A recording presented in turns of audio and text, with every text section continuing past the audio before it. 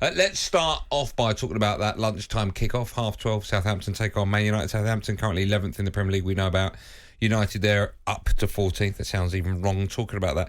What have you made of Southampton's start to the season? They've had 3 games, of course, drawn 1, lost 1, and won 1 as well. Very patchy. I watched them against Leicester.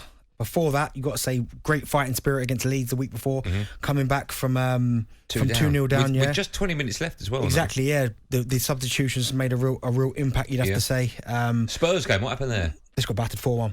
Absolutely battered. It's one of them things in it, but obviously Casemiro coming on in that game against Leeds made a real difference. Che Adams, I think for me he's the X factor. Che Adams, I think if he can stay fit, I think he can score goals. I watched him come on against Leicester. Scored 2 good goals. The first one, real poacher's goal, kind of. It came back to him and he good side foot finish, and maybe defensively they could have done better, but good finish. The second one was all Che Adams. Great cross into the box, I think, from Ward-Prowse. You like him? You talk about him a lot. I do like him. Held the defender off. A kind of scissor kick volley.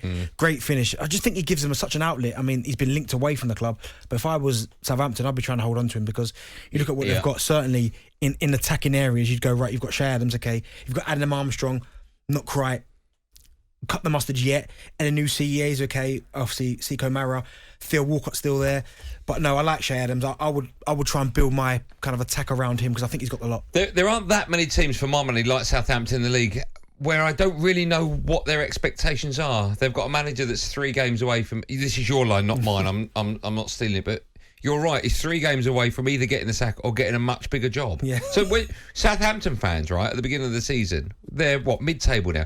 That would be an unbelievable finish for Southampton, 11th if they stayed there. Yeah, where they stayed now, it's not unbelievable, but I think. Do you not think so? With the amount of sides now. Yeah, listen, I think they want a more comfortable finish than they had last season. Put it that way. But yeah, okay. Mid-table for Southampton Football Club.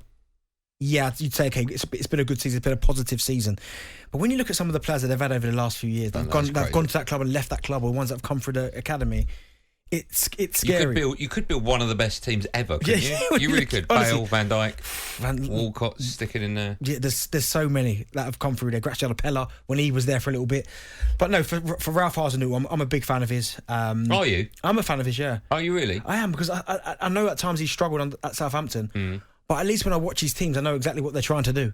Do you know what I mean? It's not like he's not just throwing it together and going, I hope that something good happens. I think there's a clear plan of what he's trying to do at Southampton. It's just at times he hasn't got the personnel to do it. But I think they'll be all right this season, Southampton. Okay, let's talk about their opponents. Man United manager Erik ten Hag has been speaking to the media ahead of his side's game away at Southampton tomorrow. As I mentioned, it's live and exclusive on talkSPORT 12:30. He said he expects Southampton to be a similar challenge to Brentford. Really curious. Did we learn the lesson from Brentford? Because this will be more or less the same approach. It's about transition, it's about running, it's about battling and fighting, and then we have to make it our game. So it's a real challenge for us to do that. A win for Man United and results go their way, they'll only be 3 points off the top. Until 5:30. Okay, yeah. Listen, we talked about Casemiro before. Do you expect him to start? I expect him to play some part of that game. I'd love to see him start. Do you expect him to? Yeah, and even the position that he plays. Like, I know if maybe unless you're winning 1-0 and it's tight, then you throw him on, but just put him from the start, man. Yeah. Let him play. Alongside who? Eriksen and Fernandes. I'd let them two just go. I'd let him just kind of sit in front of that back four. But what sort of performance can we expect from United? Because against Liverpool, their high press was ridiculous. I think it'd be the same, but do you? It'd be interesting to see how Southampton defend, because if they make it quite tight, quite narrow, United struggle against a side like that. Can you kind of prod and get little avenues, little patterns of play? Can you go through the press? But of course, Southampton as well. Good win against Leicester. They'll still sense a little bit of vulnerability around Manchester United, and again, this will be a nice test actually. It will be a test for United. When I say test, you look at someone like Martinez, not the biggest, up against Che Adams. Because if I'm Che Adams, as strong as he is, powerful, I'm attaching myself to him. So you expect him to play, yeah? Che Adams? Yeah. No. Oh Martinez. yeah, I expect it to be the same. So it's the same lineup for United. Yeah, Martinez and Varane to be centre halves. But what I'm saying is, from a Southampton perspective, if you're Che Adams and you're looking at what Ivan Toney did, Brian and Bremo against that centre half. I would, if I'm Ralph Hasenhüttl, I'm saying to Che Adams, every time you get it, attach yourself to him, pin him, hold him, out jump him, play on him, stay away from Varane. Yeah, because I think they'll get joy from that. Okay, Ronaldo, you think will be on the bench? Yeah, he can't go straight back into the team. Everyone played well. Yeah, okay. Luke Shaw, you don't think will start? Nope.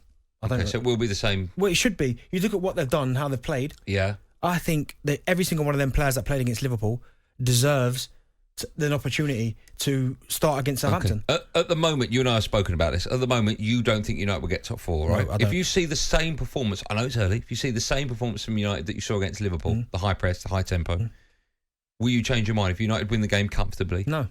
You just don't think? I just don't think Arsenal will this. No. You don't think? No. Because you're an Arsenal fan. No, not because I'm an Arsenal fan, but I just think I've watched a lot of teams this season that are better than Manchester United. Okay. That game kicks off our game day on talkSPORT. It's live on talkSPORT, actually, 12:30 at Southampton against Man United. We'll take calls on it in just a moment. Darren Bent, what will the score be? I'm going to say 2-2. Well, you honestly think that will be... Look at your smile as well. 2-2. You think that will be, yeah? Yeah. If you're going to have a bet, that's where your money is going. I want 2-2, yeah. Okay. What do you think? I think we'll win that 3-1.